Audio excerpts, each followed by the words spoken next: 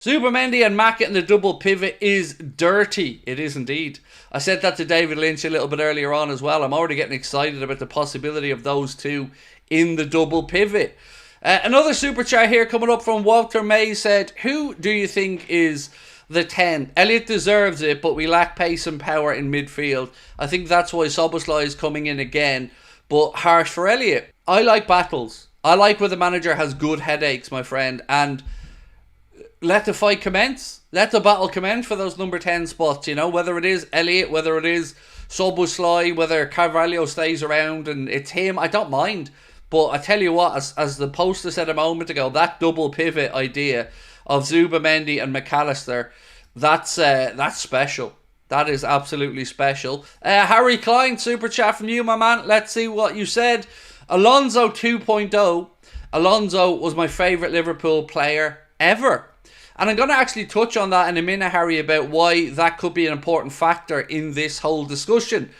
Liam, thank you for your super chat, my man. Liam Nesty said, I'm worried it will fall through, Craig, after hearing he does not want to leave Spain. Again, I understand it, but I'm here to hopefully allay some of those concerns for you, my man. Jake has a super chat as well. Said, hey, Craig, don't want to be a downer, but I hope we aren't putting all our eggs in one basket with Zubimendi. Can't go through another Caicedo disaster. So that's as good a point as any to kick us off tonight, right? So a lot of people are going to have that concern, and I think it's understandable that Zubimendi has turned down the advances of Arsenal. Zubimendi has kind of given a cold shoulder to Manchester United. But there's a couple of things going in our favour here. One, Richard Hughes has a very good relationship with his agent. We've spoken about that before. He's the same agent that is the agent for Iriola, the manager that Richard Hughes bought into Bournemouth. On top of that, as pointed out earlier on by, I believe, Harry, Zubimendi's hero, his idol, the guy who he had posters up on his wall growing up, was none other than former Liverpool legend and current Bayer Leverkusen manager, Mr. Xabi Alonso. So there is that going for it as well. But one more thing I would say.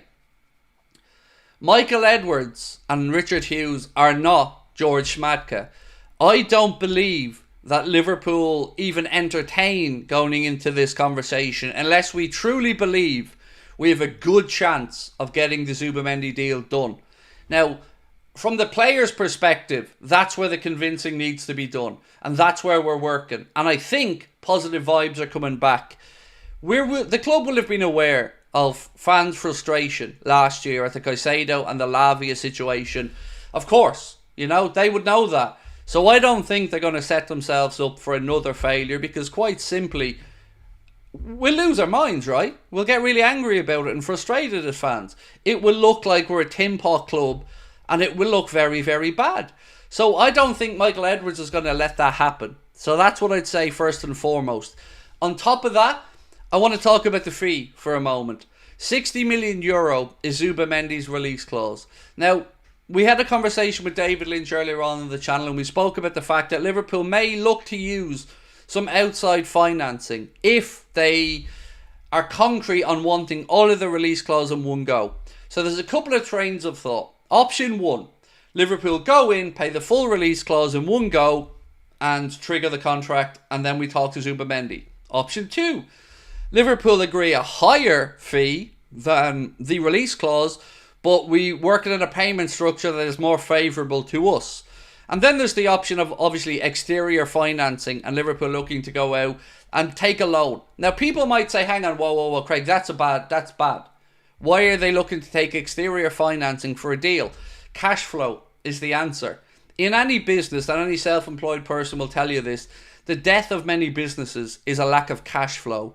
So Liverpool won't want to put all their financial eggs in one basket if we have to pay the full amount up front for Zubimendi.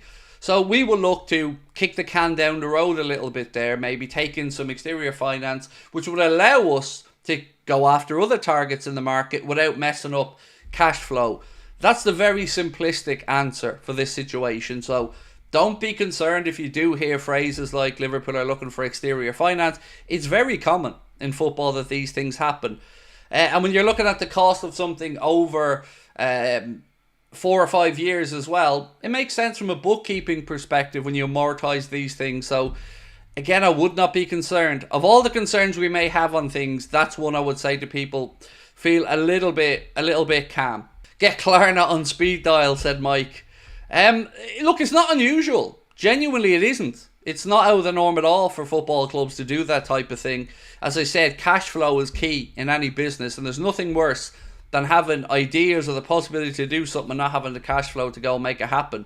Sociedad are now willing to accept that they may lose the player this summer. Ultimately, the decision's going to come down to Martín Zubimendi himself. Does he want to move away from his boyhood club? But I think that Xabi Alonso factor and the fact that his hero came to Liverpool and his career catapulted from that point.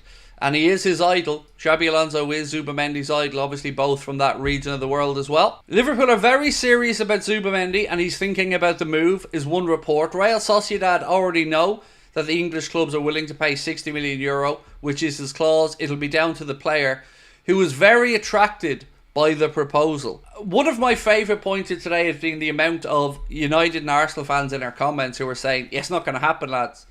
You know, he didn't want to come to England. He didn't want to come to Arsenal United. Sometimes it's about the right vision, the right project, the right pitch, the right time. And look, think about this, like somebody said earlier on. Zubimendi and Alexis McAllister in a double pivot. Come on now. Special. So I'm excited. But look, I was excited about the Caicedo deal as well. I just do get the feeling that Liverpool aren't going to want to have egg on their face, like we've seen twice last summer with Lavitt and Caicedo. One thing to keep in mind here, by the way, again, I think has caused a little bit of confusion among some people. This wasn't a deal that was briefed by Liverpool. This wasn't leaked out to... Liverpool didn't want this coming out. So Paul Joyce or whomever was doing the undercover work on this, and look, credit to some of the ITKs as well. I mean, Anfield Sector were on about this last night. Full credit to Barry there as well. Liverpool didn't want this coming out. So this isn't Liverpool briefing it. Liverpool wanted to go about this in the background quietly, but it was discovered, shall we say. Now, Liverpool are on the charm offensive to make sure they can convince Zubimendi to come to Anfield. Sam said, I'd borrow a few quid for the deal to go through. The only reason, Sam, we'd even look at borrowing, mate, is, as I said, to make sure that we had the cash flow to go after a centre-back or another position or two that we might need, or dare I say it, Anthony Gordon. And that's not going away either. And I'm going to move on to talk about that a little bit later on as well. Lots of these things, by the way, were covered in the video we did with David Lynch earlier on. And you will also see that that's up as a podcast. So if you're driving or anything like that, you can get the exact same David Lynch interview on podcast form as well. Just search Anfield Agenda.